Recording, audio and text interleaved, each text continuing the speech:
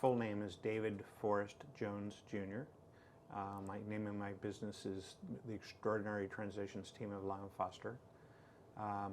We help our clients by mainly by listening to what it is that they're looking for. In many cases, they may not even know, particularly with first-time homebuyers. And so we ask a lot of questions, draw the information out of them, and they're very nervous sometimes. So we really walk them through the process. Even if they've done this before, they may not have done it in a long time. So the more comfortable they are with the whole process, that's why we call it extraordinary transitions, because that's what we really want them to walk away with. Yeah, and if it's been a while since you've bought a home, it's not exactly like riding a bike these days. It is not. I always say realtors should have to move every 5 years just to be able to empathize with what our customers go through. Sure, yeah, I could see that. Tell me a little bit how you got into real estate. Out of college, I did something completely different, and then my wife was in real estate, or got into real estate the year that we got married, and so I watched and observed, and she really seemed to enjoy it. And then my mother got involved in it in Florida, and so I thought, okay, I'll see how this works. I actually started off in the mortgage side, the finance side, for 14 years.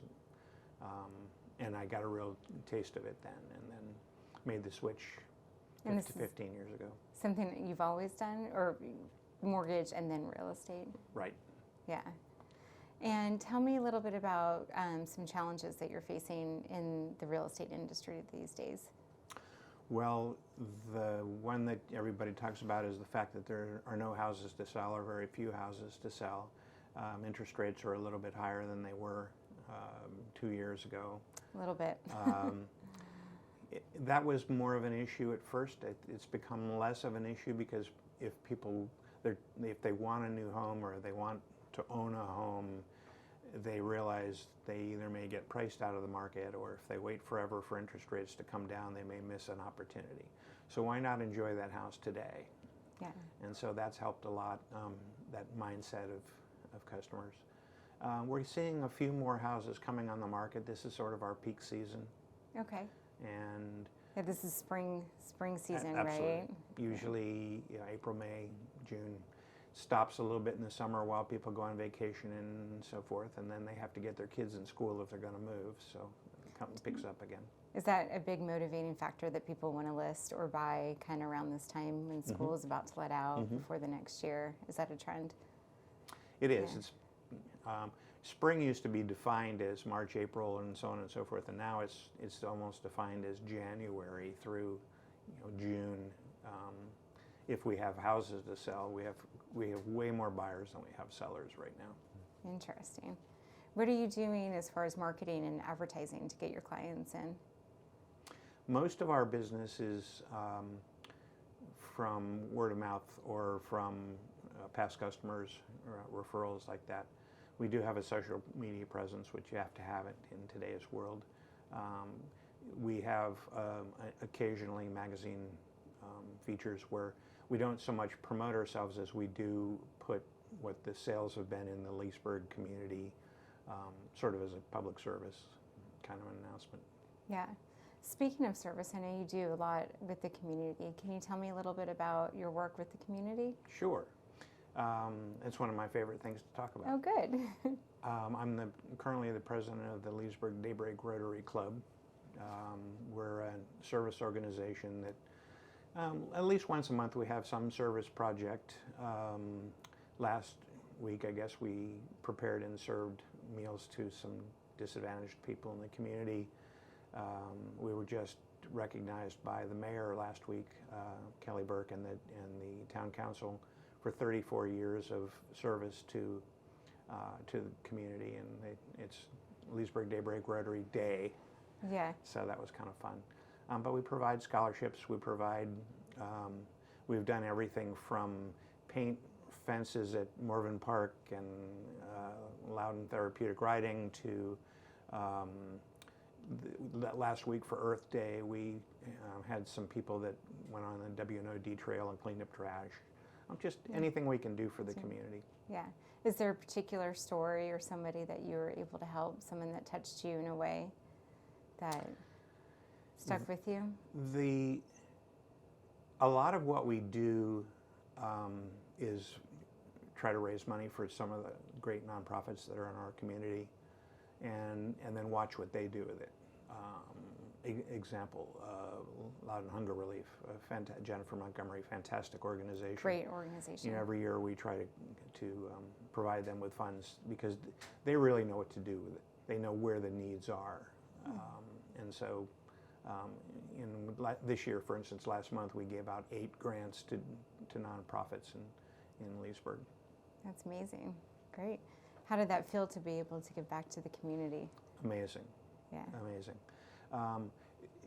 Christmas time is one of the interesting ones where we get their gift lists, the kids' gift lists, and then we will fill the list and then take the gifts to the families. And what's really amazing to me is that the kids in many cases aren't asking for themselves, they're asking for their brothers and sisters. Oh. So, I mean, how does that not affect you in some way? Yeah, touch you and stick with you. Yeah. What do you find most rewarding about what you do in the real estate world? Well, it can be very confusing, and we have to wear lots of hats. Yes. One of them is psychologist, Yes. one of them is marriage counselor. But it's important that we draw out of people what it is that's really important to them. Is it schools? Is it? I once had a man who said, "Give my wife anything she wants, then I will be happy." Well, that's not enough. So I said, "So a man cave is not important to you?" "Well, yes, got to have a man cave." "Oh, garage important?" "Oh, yes, got to have a garage." And So he did have a list after all. Exactly. He had Yeah. 25 items that were really important, and she just shook her head and laughed and said, "I knew this was going to happen." You know, she said, "I wouldn't want a house just because he said I want everything." So, helping them make decisions, seeing the kids run around the house and pick out their rooms, that's a pretty neat experience too. And we've also done a lot in the last couple of years with people downsizing. They don't need the big house anymore. Or maybe they, for COVID, needed 3 rooms where the kids could be in school, sort of. You know, Right. people were working from home. We were all searching for that space during COVID. And now kids are back in school, or maybe they're in the next grade and they don't need all that anymore. So that's sort of where our houses are coming from that we're selling. Yeah.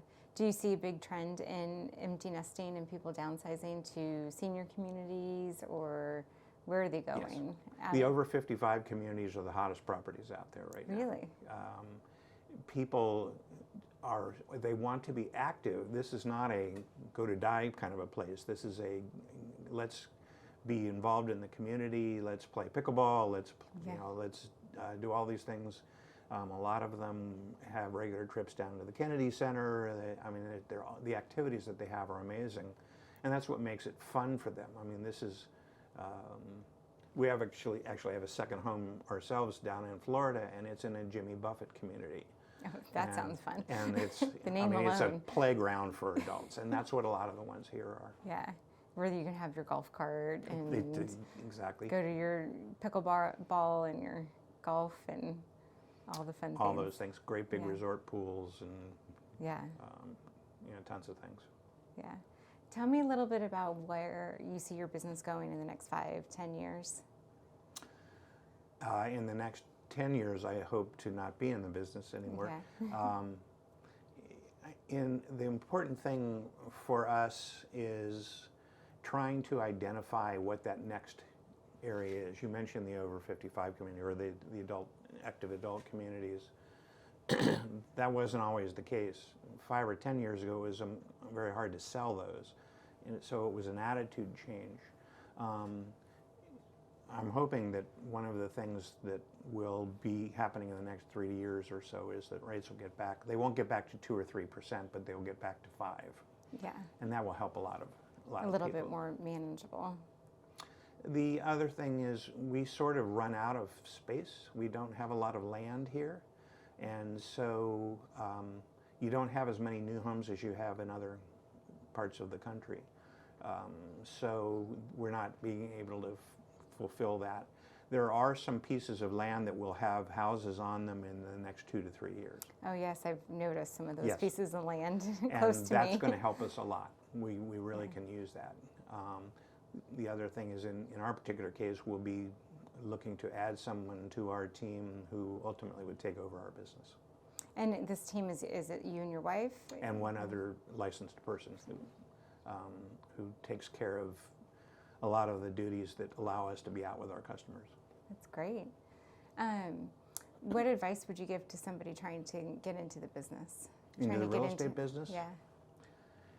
The most important thing to me is training. There are lots of opportunities to, there's an old saying that you come into the business and there's your desk and there's your phone, good luck. Yeah. And that they just don't last. And it's, things change constantly, as they do in other industries as well. And so having a coach, I've had a business coach for my whole 15 years, real estate business coach. That's really helped a lot. Aligning with an office or a company that gives you that kind of training. You don't have to stay there forever, but it's really important at the beginning. Yeah. What advice did your mentor give you? Don't be afraid of the telephone. Shy doesn't pay the rent. That's a good one. And so it's really important. So many people now are emailing and texting, and that's all important communication, but it all starts with the telephone. Absolutely. And having that voice-to-voice care, It right? gives them confidence. They'll open up on the telephone. Text serves its purpose, but after the first 10 words, what are you going to do then? And sometimes those conversations are half an hour. Yeah. So. And you said your office is in One Loudoun. How do you like being in that area? I really like it. When we first moved in it, I gained 10 pounds because there are so many great restaurants going for lunch. How long have you guys been in that space? April 15th of 15, so what is that, 9 years? Yeah. Yeah. So, and we've seen a lot of changes to the community. Yeah, there's been a lot of development there too. How are those houses selling? There are some resales in there, and boy, they've really gone up in price. Yeah. So. From when they first started. And there's going to be a lot more growth in that area, both apartments and condos and so forth. So there's more coming. Yeah. What trends are you seeing now? Like, what are the biggest trends? You said some downsizing. Are people looking for better school systems? What are like the top 3 reasons people are trying to either sell or buy? Well, they're looking right for now? good school systems, and Loudoun has that. Yes. And Fairfax has that. And so this region is very fortunate in that respect. We're seeing more of a trend. Investors are back because they're sort of afraid they're going to get priced out of the market. And Investors meaning people looking to flip? Landlords. Or landlords, okay. There are some flippers, but most of them are looking to be landlords. And there is a big rental need. Not everybody can afford to buy a home, with first responders, teachers, a lot of others who may partner with somebody and live in a 2-bedroom condo might be ideal for them at $1,000 a month, but at $2,000 a month, it's kind of out of their reach. Yeah, it gets a little tougher. And we mentioned the over 55s. The other thing is the lifestyle changes. Is their kids, it may not be a downsize, but for instance, we have some great golf course communities. And if that's something that's really important, and maybe the kids are now off in college or off on starting their own lives, being able to move into a community that has a clubhouse where you can go get a sandwich and a beer, play golf, play tennis, have the weight room in the community rather than going somewhere. So having all those high-end amenities, yeah. And they cost, but if you're in a position to do it and that's important to you, we have it. I know my husband would love it. Having access to a golf course might be dangerous. Yeah. Yeah. Are there any last parting words you'd like to leave us with? Any business advice, real estate advice? I would say participate. And what I mean by that is we have so many great things in our county, but it needs people to keep it going. We need people on boards of nonprofits. We need volunteers to help out with this or that. Do you feel like there's a lack of people wanting to volunteer? I don't think that it's a lack of them wanting to. It's trying to fit it in. Yeah. You know, we've had a number of people in our Rotary Club that started off in the club and then they had kids, and so for 10 years they raised the family, or 15 years, and now the kids are in high school and they don't need that constant care, and then people are coming back. Yeah, I can see that. You know, men often are, and wives who play golf will often say, you know, when the kids are born, the golf clubs go in the closet and they don't come out for 15 years. Yes. Well, it's the same way with nonprofits in many cases. But people just don't have the time. Right. Yeah. They know there's a need and they want to help, but it's not just the check that helps. It's the time. It's the volunteering. The volunteering. So get out and participate and be part of the community. Yes. Yeah. Anything else you'd like to add to that? You could start with Rotary if you Yes. if you are looking for a great organization, because we help a lot of organizations, not just one. So Yeah, that's great. We'll have to check it out. Well, thank you for coming in today. My And pleasure. thank you for sharing your story with us. thank It's you. been a pleasure. Thank you.